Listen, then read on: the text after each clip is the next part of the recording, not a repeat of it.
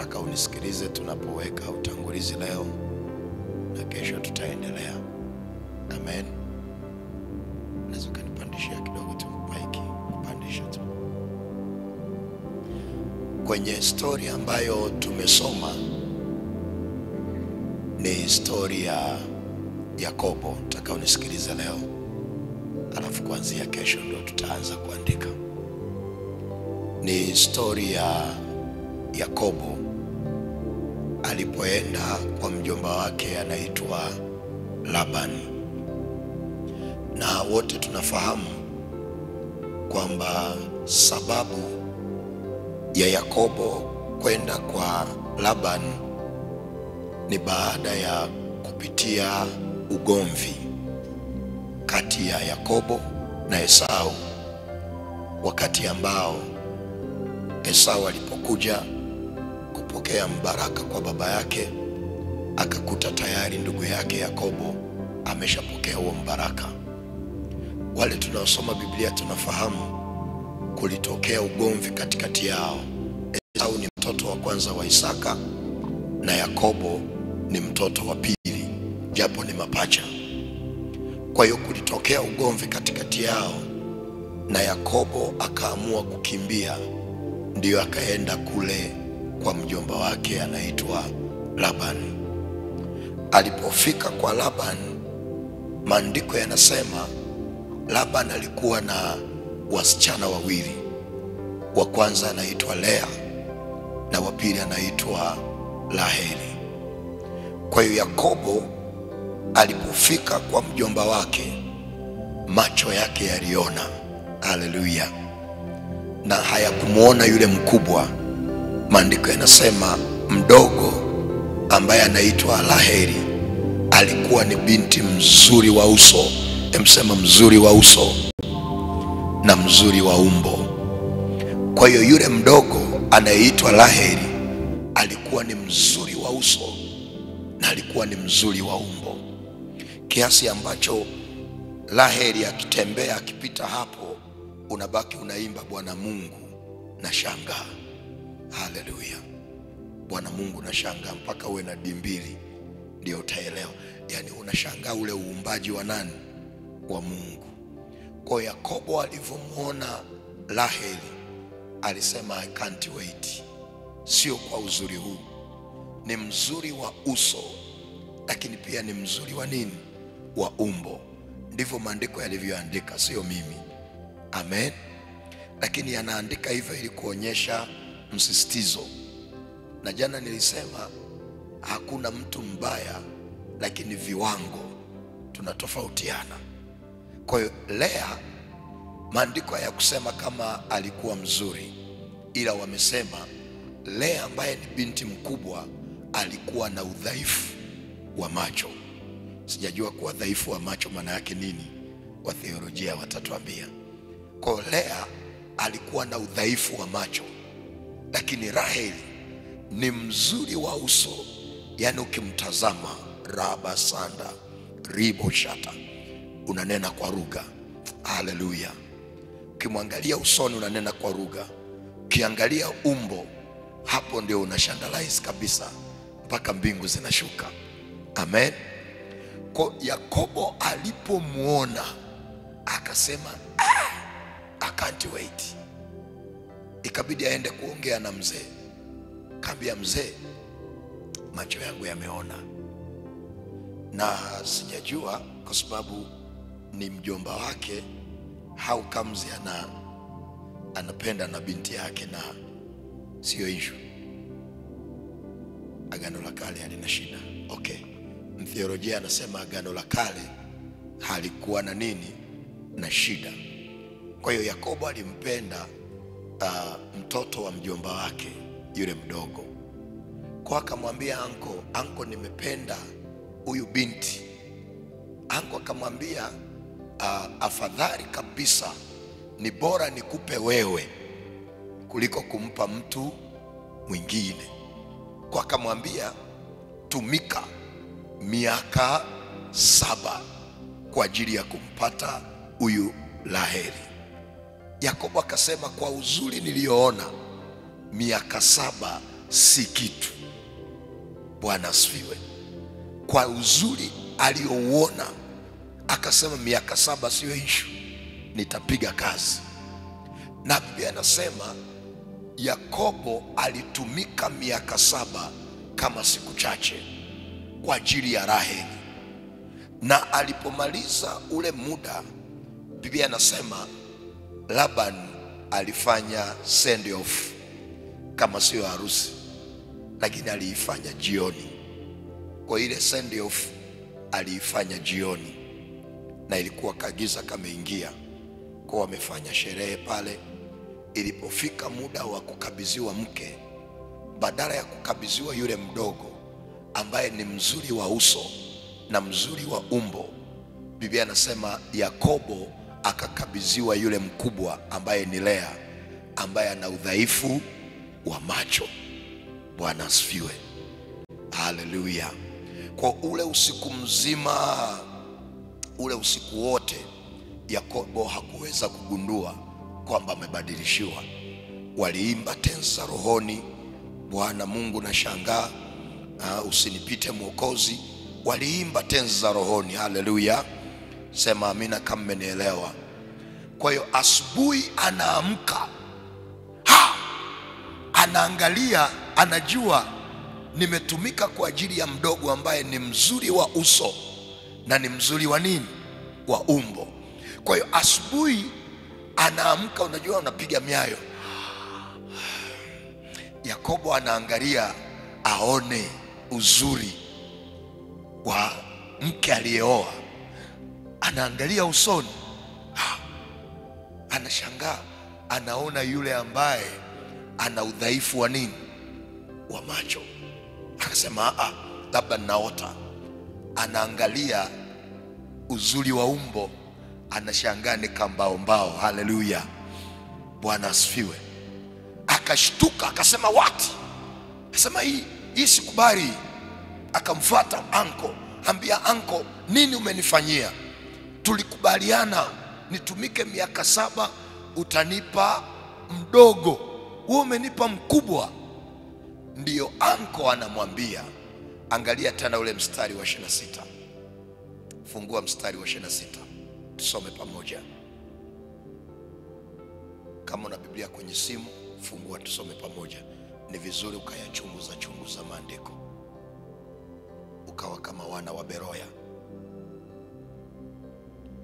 Mwanzo 29 ule mstari wa 26. Kama umepaona sema amen. Mbona tuseme amina? Aya, twende kwa sauti kubwa, twende. Sikukutumikia kwa laheri, mbona umenidanganya? Labani akasema, havitendeki hivi kwetu. Emsema havitendeki hivi kwetu. Tazama uliyekaa naye, mwambie havitendeki hivyo kwenu. Tazame tena, mwambie kwa sauti, havitendeki hivi kwenu. Havitendeki hivyo. Bwana asifiwe. Kwa hiyo Yakobo alimfuata akiwa na hasira. Simona ameuliza maswali mawili na wameweka na kiulizo. Sikutumika kwa ajili ya laheri, mbona umenidanganya? Wameweka na kiulizo, manake alikuwa na hasira. Ameshtuka, anaangalia reception, anashangaa kuna nuru haipo, ni kuna udhaifu, kuna kagiza kwa Lea. Maana Raheli ni mzuri wa uso. Ukimwangalia Raheli, hata kama una njaa unasikia kushiba ghafla. Bwana asifiwe. Punga mkono wako namna hii. Wale wale wazee wenzangu hawawezi kukumbuka uongo wa zamani. Uongo wa zamani mnadanganyana. Yani nikikuona tu nasikia kushiba. Yani nikikuona tu ukitabasamu njaa yote inapotea. Bwana asifiwe. Sisi wazee hayo tumeshayasahau. Tujipigie makofi mazuri. Tumewaachia hawa vijana hawa Gen hao. Huyu aliyevaa t-shirt nyeupe, yes, na kijana wangu Joshua, ndo tumewaachia. Sasa nachotaka tuone ni kitu Labani alichomwambia, lakini baadaye nikapata swali, kama alijua kwamba kwao havitendeki hivyo, si angemwambia asitumike ile miaka 7? Si angemwambia ukweli kwamba bwana mzee, ni kweli umempenda huyu mdogo, lakini kwetu lazima kwanza aolewe nani? Mkubwa, ndio huyu mdogo afanyeje? Aolewe. Angemwambia simpotezee muda, lakini alimdanganya. Jamaa alipiga kazi, na Biblia inasema miaka 7 aliiona kama siku moja. Kwa nini? Ameona kitu. Haleluya! Ndio maana wale wanaume wenzangu tukiongozwa na injinia hapa, tulipokuwa tunaenda kulipa mahali, ulipoambiwa milioni 2, milioni 1,900,000, uliona kama issue ndogo kabisa, kwa sababu ya kitu ulichofanyaje? Ulichoona. Mimi nakumbuka nililipa milioni ngapi? Milioni 3. Niliona kama 3,000 kwa sababu ya Raheli niliyemuona. Si unipigie makofi. Ukiona kijana anaanza hiyo mahali kubwa, punguza, ujue alichoona amemuona Lea, sio Raheli. Ukimwona Raheli hakuna kubageni kihivyo sana. Miaka 7 unaipiga kama siku moja. Biblia sema alifanya ile miaka 7, akaona ni siku chache. Siku anakabidhiwa akabadilishiwa. Ila mzee Labani, wewe shikamoo. Ungemwambia kijana wa watu ukweli ili asipoteze muda, lakini mzee Labani anamwambia kitu ambacho ni very very powerful. Anamwambia kijana, kwetu haivitendeki hivi. Anachozungumza, anamwambia kwenye familia yangu kuna kawaida ya familia ambayo inatuongoza. Amen. Sasa chukua daftari, andika. Jambo la kwanza, andika, kwenye kila familia kuna kawaida ambayo inawaongoza. Kwenye kila familia kuna kawaida inayowaongoza katika ulimwengu wa roho. Kwenye kila familia kuna kawaida ambayo inawaongoza katika ulimwengu wa roho, ambayo inatokana na mlango wa baba na mlango wa mama. Kwa hiyo kawaida inatokana na mlango wa baba na mlango wa mama. Kila familia kuna kawaida zake. Kila familia kuna kawaida zake. Na hapo chini andika pia neno kawaida maana yake. Neno kawaida ya familia maana yake. Neno kawaida ya familia maana yake ni taratibu au sheria zinazoongoza eneo au familia katika ulimwengu wa roho. Neno kawaida ya familia maana yake ni taratibu au sheria zinazoongoza na kutawala eneo au kutawala familia katika ulimwengu wa roho. Kwa kila familia ina tutaratibu twake na ina tusheria twake ambato tunaongoza familia. Na hapo chini andika pia hii kawaida ya familia imegawanyika katika sehemu kubwa 2. Hii kawaida ya familia imegawanyika katika sehemu kubwa 2.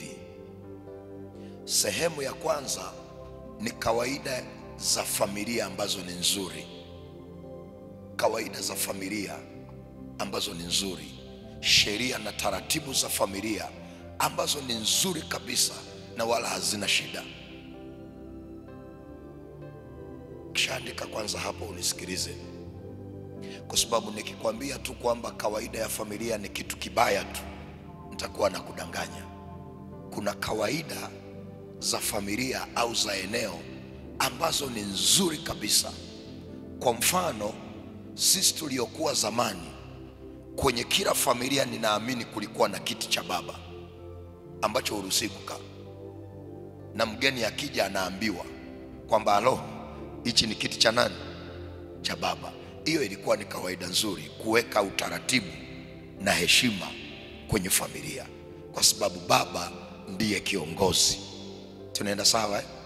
Wangapi na kwenu kulikuwa na kiti cha baba? Wangapi mpaka leo kuna kiti cha baba?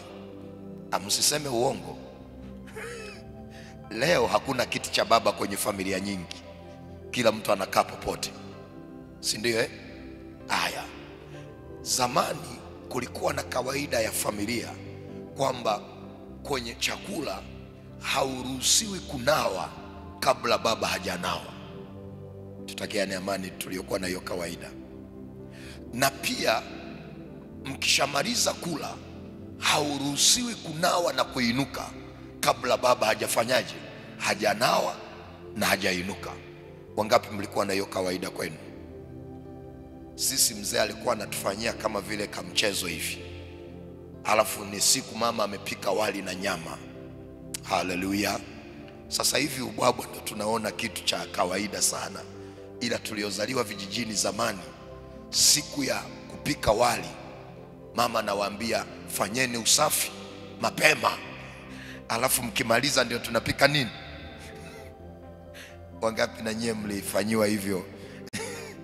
Kwa tutafagia, tutaosha vyombo, tutachota maji, ili mradi tu mama apike nini? Wali. Kwa wali ukiiva, mama ameshapakua, ametukaribisha sisi watoto. Wali ni muujiza. Sio leo wali ni kitu cha kawaida sana, ila zamani ubwabwa ulikuwa ni muujiza sana.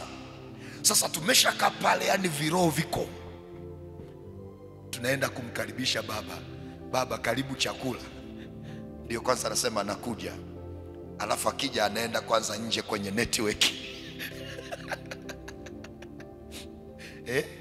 Unaona wazee wanakumbuka hizo kawaida. Ndio anaenda kwanza kusearch network, zile simu ambazo ulikuwa unaenda kutafuta mtandao nje. Kwa ataenda hapo kutafuta mtandao, anaanza kuongea na watu. Si tunamtazama huyu mzee, yani angeelewa. Haleluya. Inabidi mtulie mpaka amalize kuongea na simu. Na ndio wale wazee, simu kwanza anaiweka haro haro. Sisi tunasubiri ubwabwa unanukia pale, yeye yuko haro. Haleluya. Lakini inabidi mtulie mpaka mzee aje anawe, ndio mnawe na nyie, alafu muombe, ndio muanze kufanyaje? Kula. Lakini kizazi tulicho nacho leo, ile self services, anaenda anajipakulia, hizo kawaida hazifahamu. Amen. Na zilikuwa ni kawaida nzuri ambazo zilitutengeneza na zilitutengenezea kuheshimu oda, kuwa na mpangilio. Tunaenda sawa? Lakini pia jambo la pili hapo chini andika ni kawaida mbaya. Kwa kuna kawaida nzuri na kuna kawaida mbaya ambazo zimetukwamisha katika ulimwengu wa roho. Kwa kuna kawaida nzuri na kuna kawaida mbaya. Lakini pia jambo la mwisho kwa leo, andika kutokujua kawaida mbaya mlizo nazo haina maana kwamba hazitakukwamisha. Andika kutokujua kawaida mbaya, kawaida ya familia zilizo mbaya. Kutokujua haina maana kwamba hazitakukwamisha. Na maandiko yanasema watu wangu wanaangamizwa kwa kukosa maarifa. Maombi tunayo lakini maarifa hatuna. Kwa hiyo kuna mtu uko hapa unajaribu kupambana ya hela yote, msemo wa vijana wa leo, lakini kinachokukwamisha wewe ni kwamba kwenu havitendeki hivyo. Emsema kwetu havitendeki hivi. unajitahidi sana kupambana ya hela yote, unajituma, una nguvu za kufanya kazi. Ni kama Yakobo, miaka 7 unaona ni siku chache, lakini inapokuja kwenye matokeo, kawaida ya familia inainuka na kuambia kwenu havitendeki hivi.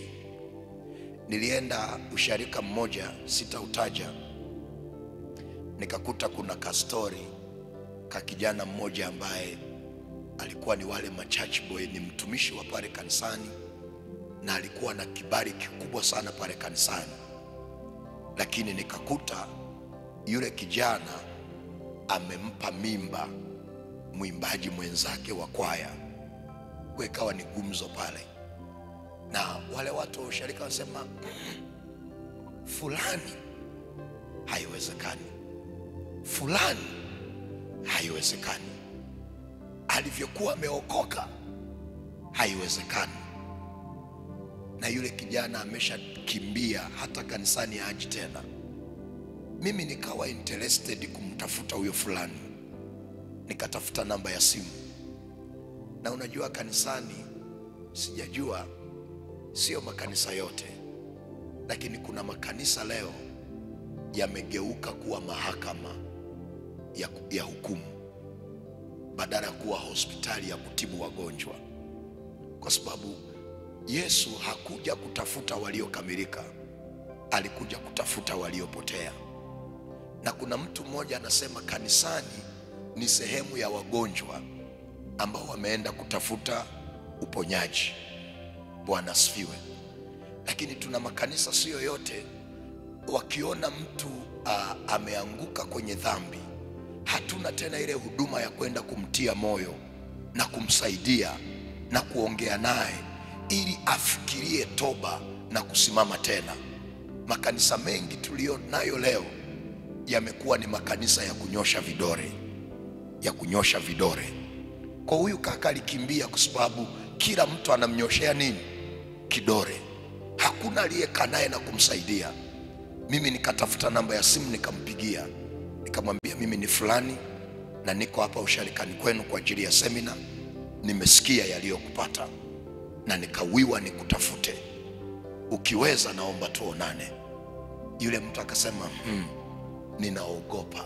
Kambia kwa nini unaogopa? Ambia ninaonekana kama kituko, sitamani hata kuonana na mtu yoyote. Kambia mimi nimekuita, njoo.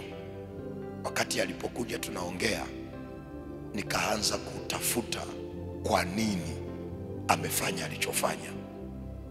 Akaanza kunieleza historia ya kwao, kwamba kwao hawajawahi kuoa bila kwanza kumzalisha nani? Msichana. Kwa unamzalisha kwanza, alafu ndio unafanyaje? Unafunga naye ndoa. Aliponiambia hivyo nikaelewa kwao havitendeki hivi. Kuna kawaida ya nini? Ya familia. Ameokoka lakini amekwamishwa na kawaida ya nini? Ya familia. Kwao havitendeki hivyo. Kwa hiyo kuna mtu unapambana, una struggle, lakini kwenu havitendeki hivyo. Hakuna mtu aliyewahi kufanikiwa na hakuna mtu anayeruhusiwa kufanikiwa. Hakuna mtu anaruhusiwa kupita kirahisi. Ndiyo kawaida ya kwenu, na usipoishughulikia na kuambia badala ya kumpata Raheli utabadilishiwa kiwango cha maisha. Na kuna watu wengi kawaida ya familia imetubadilishia viwango vya kimaisha. Badala ya kuishi kwenye viwango vya Raheli, leo tumebaki kwenye viwango vya nani? Vya Lea. Kawaida imekubadilishia maisha. Yakobo alitumika miaka 7, lakini kawaida ya familia ya Laban ikamkwamisha. Na tunapojifunza juu ya kawaida ya familia, usiangalie tu kwenye familia ulioko, hata mahali unakofanya kazi, hata ofisi ya mahali unakofanya kazi kuna kawaida zake. Yakobo amekwamishwa na kawaida ya mahali anakofanya kazi. Bwana asifiwe. Ninapomalizia, shule ya kwanza niliyoanza kufundisha ilikuwa ni international school. Taaluma yangu mimi ni mwalimu. Kwenye ile shule walikuwa wanalipa vizuri, lakini hakuna aliyewahi kufanya kitu cha maana kwa kutumia mshahara. Wengi wakipata mshahara, pesa inaisha bila wao kuwa na maelezo. Sasa na mimi nimeenda pale nikalipwa mshahara mzuri na mkubwa, lakini kila mwisho wa mwezi nikipokea mshahara, pesa inavyoisha, ukiniuliza imeishaje, hata mimi sina maelezo. Ikabidi nianze kuuliza wenzangu, kaambia mbona nashindwa hata kununua hata kijiko? Hata kijiko siwezi. Ndio akaniambia, I say hapa hakuna mfanyakazi amewahi hata kununua gari au hata kiwanja au hata kufanya maendeleo. Sio wewe tu, wengi tukipata mshahara unakoishia hatujui. Kwa walivyoeleza namna ile, nikaelewa ni kawaida ya ile ofisi ya Labani. Kwa nikaanza kuwasemesha wenzangu ambao walikuwa wanafahamu masuala ya kiroho, tukaanza kuomba. Baada ya maombi ndio ile kawaida ikaachia. Angalau watu wakaanza kununua viwanja, watu wakaanza kununua magari, watu wakaanza kujenga na kufanya maendeleo.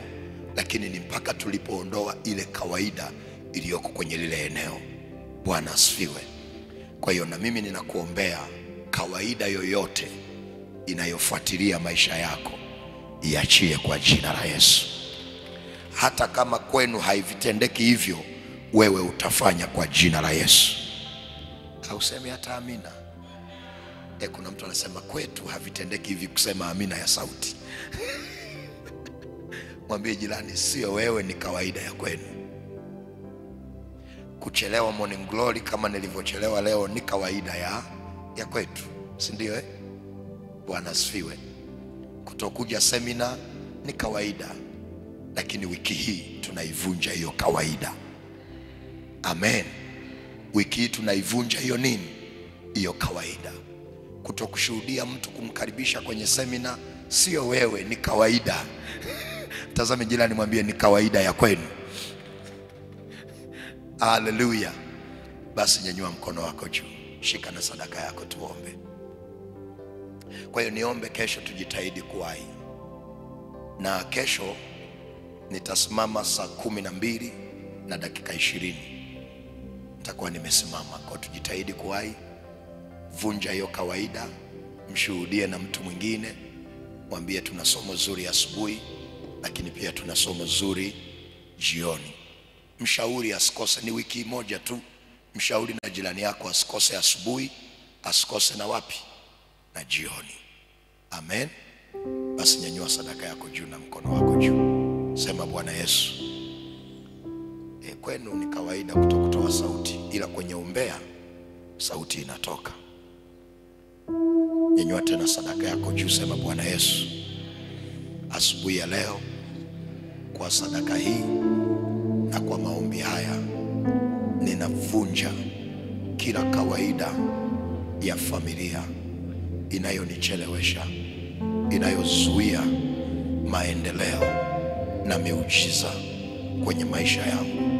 Hata kama kwetu haitendeki hivyo, kwa damu ya Yesu na kwa nguvu ya msalaba navunja hiyo kawaida. Yale mambo ambayo hayatendeki kwetu yatafanyika kwa jina la Yesu na kwa damu ya Yesu. Ikubali sadaka hii na uitakabari katika jina la Yesu. Sema amen. Karibu sana mchungaji.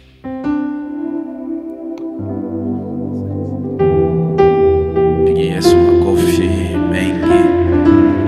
Amen. Basi karibuni kwa ajili ya sadaka, na tunaendelea na semina jioni saa 11 kamili.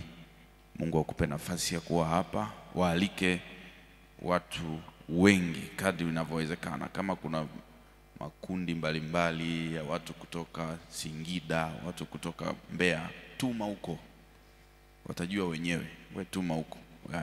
Yatakayotokea huko wewe hayakuhusu. Wewe tuma, waalike waje kwenye semina na Mungu atakubariki sana. Basi naomba tusimame tupokee baraka na uende mahali pako pa kazi. Mungu mtakatifu, Baba, katika jina la Yesu Kristo, asante kwa ajili ya watoto wako wanapoondoka hapa kuelekea katika kazi na maeneo mbalimbali. Walinde, watunze, waongoze kwa neema yako Bwana. Wafanikishe katika njia yao wanapoingia, wanapotoka. Malango yao ya mafanikio yawe wazi, malango ya kiuchumi, malango ya kibali, malango ya kutembea na neema yako Bwana yawe pamoja nao katika jina la Yesu Kristo aliye hai.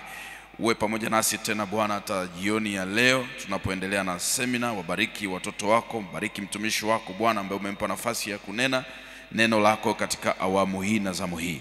Walete watu wako Bwana ambao Mungu umekusudia kuwabadilishia maisha na kubadilisha njia yao na kuwafanikisha katika mambo yao, ili Bwana upande neno lako katika maisha yao na ndani ya mioyo yao.